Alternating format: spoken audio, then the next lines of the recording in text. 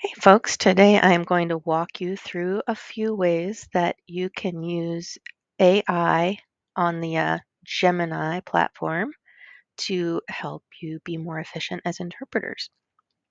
This is a template that's shared by one of our colleagues in EdTech, and what this really is good about is helping us remember that AI is not that smart. It can do things, but you've got to tell it exactly what to do and how you want it to do it. So this example comes from the lens of a teacher, and it says that when you create your prompt, the prompt is like the instructions that you give to the AI bot. When you're creating your prompt, you need to include some specific information. So first, the prompt is what you want the AI to do. These examples, it was like write a poem. I'm going to show you in a little bit uh, a new template that I made that's more like the work that interpreters are going to ask the AI to do. So the first thing you do though is give it a prompt what the task is, what you want it to do. Do you want it to write a poem? Do you want it to summarize something, answer a question? So that's the beginning part, like that's the initial little nugget. But it's helpful for you to also give the AI a role. Like this is where you can tell it things about style and tone. Like you might tell it to be very formal or to use an academic register, or you might tell it to be informal and funny. Explicit instructions, it's a place where you can tell it who the audience is going to be. Like, is this going to a parent? Is this something that you're sending to a principal? Is this part of a pre-brief for simultaneous interpreters for a board meeting? Then parameters is where you give more information or context. Um, how do you want the output delivered? Do you want a poem?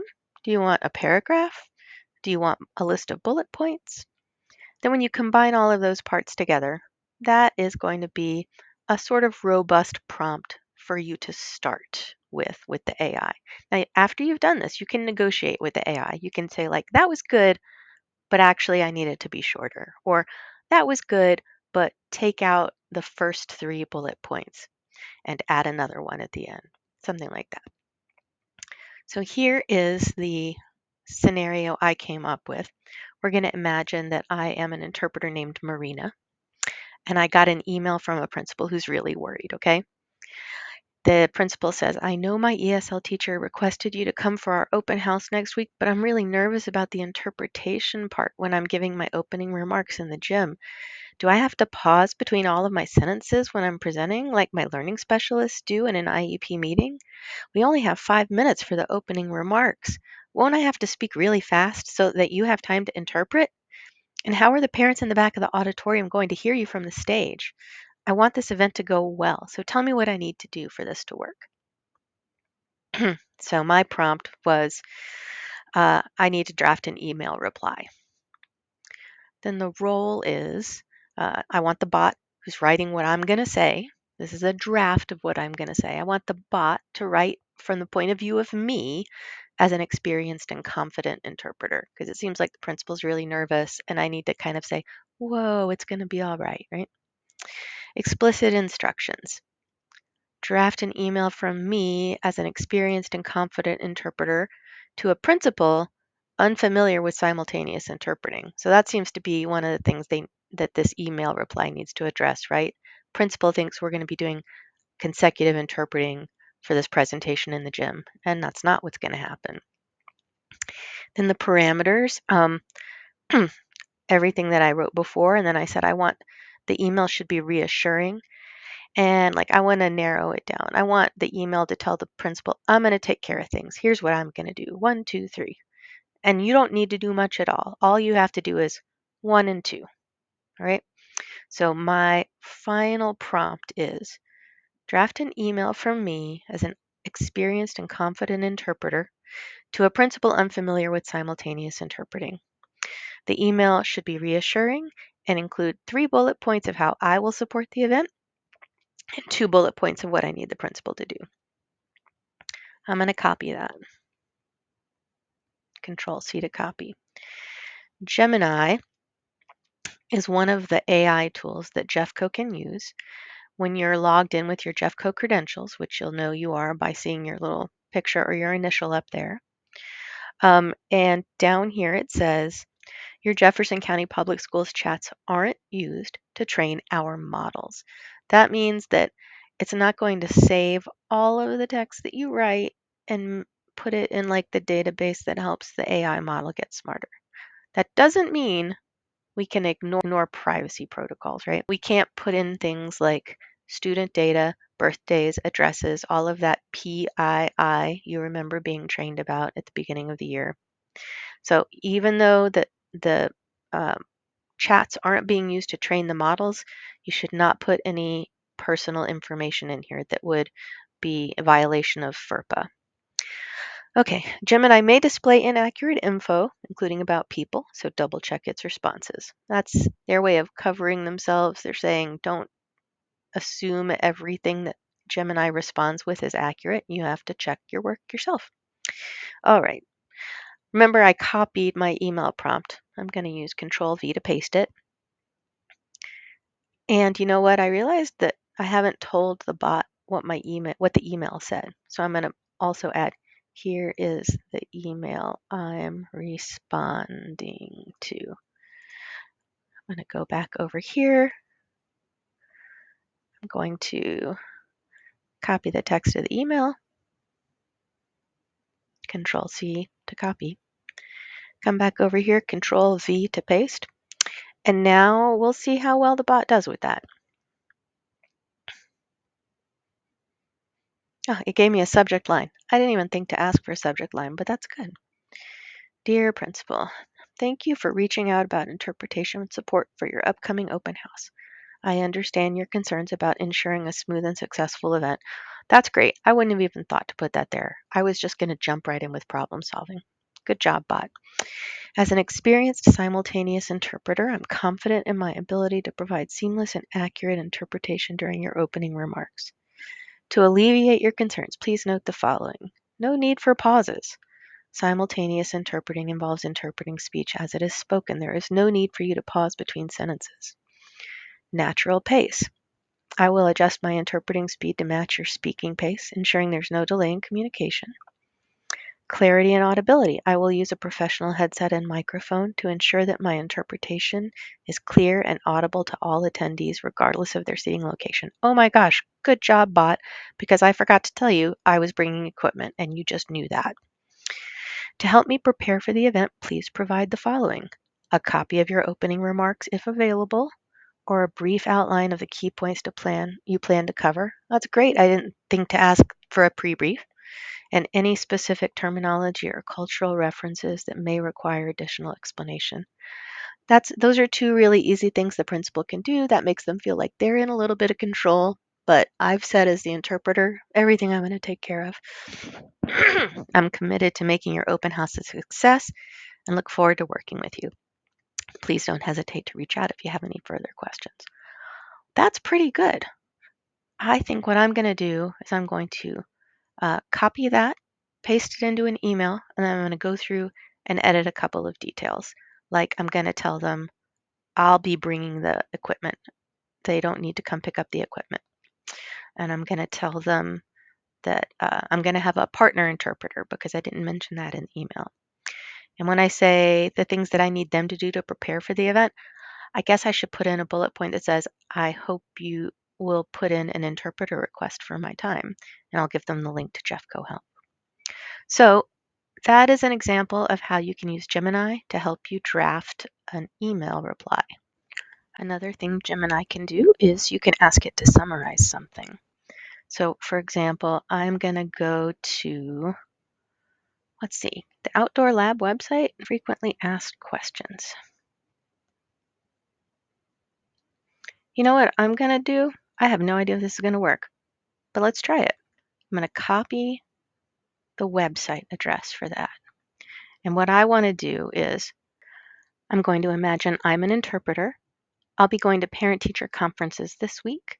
And while I'm there, I'm going to see the ESL teacher. Outdoor Lab will be happening soon at this school.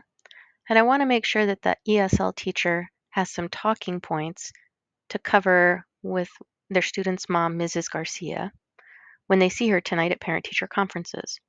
So I'm going to ask Gemini to draft a list of bullet points of important topics the ESL teacher might want to cover when she talks to Mrs. Garcia tonight at parent-teacher conferences. Some things that will help Mrs. Garcia get her child ready for the upcoming outdoor lab trip. I'm going to say create a list of bullet points of important, I want to say cultural considerations, because maybe it's a family who's worried about, you know what, I'm going to, yeah, of important cultural considerations. I'm going to get more specific because this person I'm thinking of is a Mexican mother. Create a list of bullet points of important cultural considerations a Mexican mother may want to know about concerning her child's upcoming trip to outdoor lab. Here is a website about outdoor lab. Control V to paste. Let's see what it does. It may not get it at all.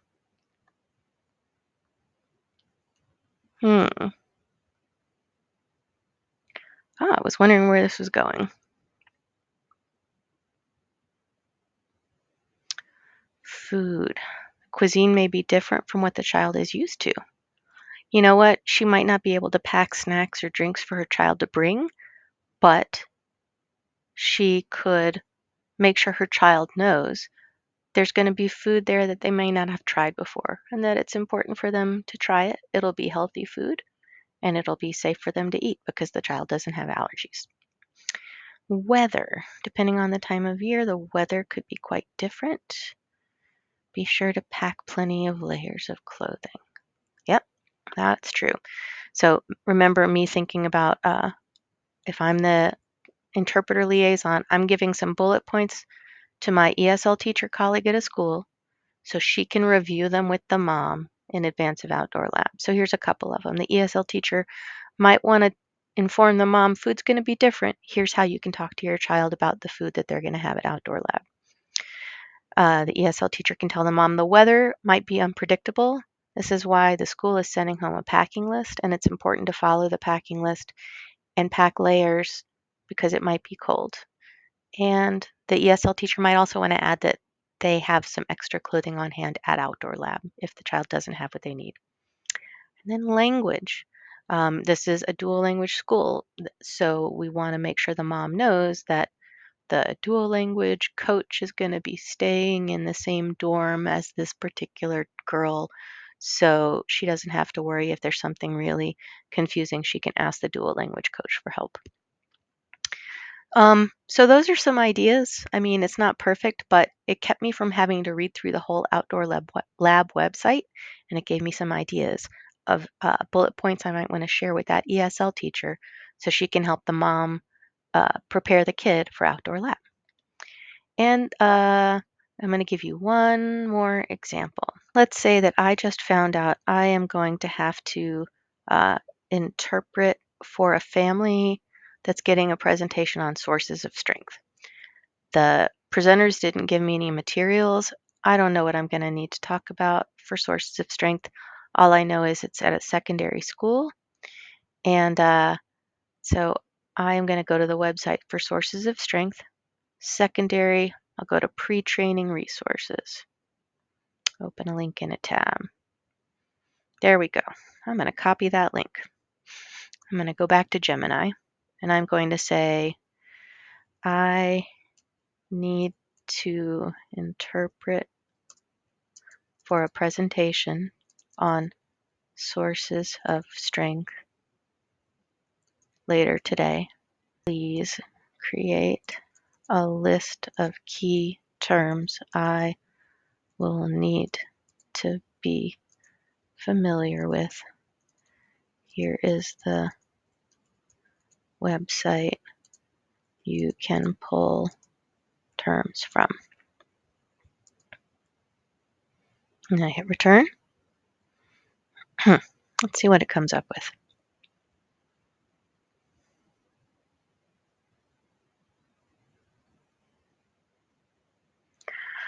Huh.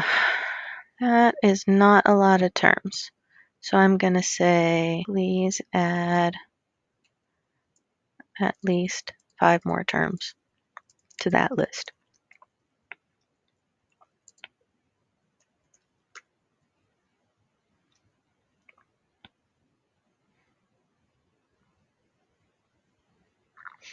Okay. So I like that. Okay, but the first one, I want them both combined, and I want them, combine the first and second lists.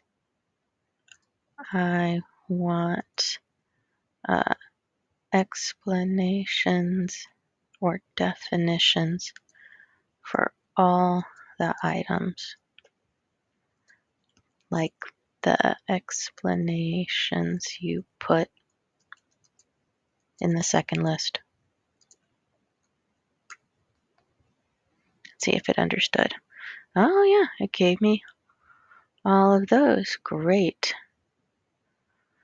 All right, here's the thing. I need to know how to say those in Russian. So I'm going to say, put those into a table. The first column is for the English term. The second column is for the explanation you included. Add a third column with some possible Russian translations of the English terms. See if it can do it.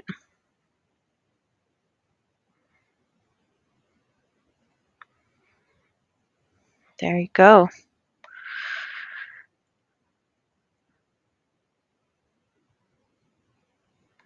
Look at that. I can export it to Sheets. That's what I was thinking. I was like, great, I want to have this in a document though. How do I get it there? Oh, yep. I want to export to Sheets. Let's see what it does. Creating spreadsheet. This is one of the good things about Google is it works really well with Google Sheets, Google Docs, Google Slides.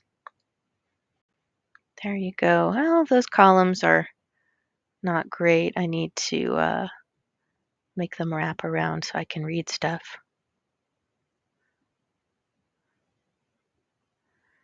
And there we go. This is my prep for the Sources of Strength presentation that's coming up. I'll have some of these terms ready and in my mind before I present. There's going to be others I don't know, but this is pretty good. If I had no time to prepare, this gets me a lot of the way there. So if you liked this table, you could save it. It would save into your Google Docs. And there you go. So that's 3 ways you could use Gemini AI to help make your work as an interpreter more efficient. Thanks for listening, everybody.